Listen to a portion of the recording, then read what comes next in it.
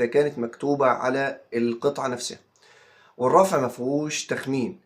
تالت حاجة نفهم أهم رقمين في المجال، Working Load Limit وده اختصاره WLL، وده معناها أقصى حمل تشغيل مسموح به.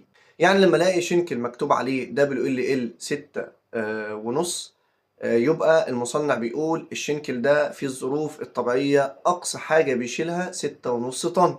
لكن خد بالك، ده لا يعني إنك تستخدمه بأي طريقة وخلاص، لأن في حاجة تانية اسمها Safe Working Load، اختصارها SWL، وده الحمل الآمن الفعلي أثناء التشغيل. ورقم ده بيتأثر لو زاوية التصبين حصل فيها حاجة، طريقة الربط، اتجاه الحمل، عدد الأرجل، حالة المعدة.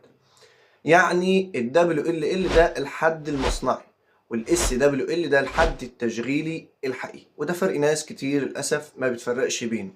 رابع حاجة أنواع معدات التصبين بالتفصيل. أول حاجة الواير الصلب اللي هو واير روب سلينج، وده الأكثر استخداما في المواقع التقيلة. مميزاته بيتحمل أوزان كبيرة، مقاوم للصدمات، مناسب للبيئات الشاقة، لكن لازم أفحص فيه أسلاكه اللي هو بروكن واير لو هي مقطوعة أو لأ، التعويجة أو العقدة والصدى والانضغاط وسلامة الكبس في الأطراف، لأن منظمة القوشة بتشدد جدا لو عدد الأسلاك المقطوعة زاد عن المسموح، الواير بيترفض فورا. تاني حاجة السلسلة اللي هي تشين سلينج، السلسلة ممتازة جدا مع الأحمال المركزة، بتكون شغالة في الحرارة الأعمال الشاقة، لكن أهم حاجة فيها الجريد، يعني درجة التحمل، وأشهرها جريد 80 وجريد 100. ما ينفعش استخدم سلسلة عادية غير مصنفة أو غير مكتوب عليها أي أكواد وأقول تؤدي الغرض، لأن سلسلة السحب غير سلسلة الرفع. تالت حاجة الواير القماش. الواير القماش اللي هو وينج سلينج ده بنستخدمه مع المعدات المطلية، المواسير، الأحمال الحساسة، لأنه مرن وما بيحصلش منه أي خدش في المواد اللي عندنا، لكن خطره إن بتقطع بسهولة مع الحواف الحاد، عشان كده لازم نستخدمه مع الإيدج بروتكشن، يعني حماية الحواف. رابع حاجة الشنكل.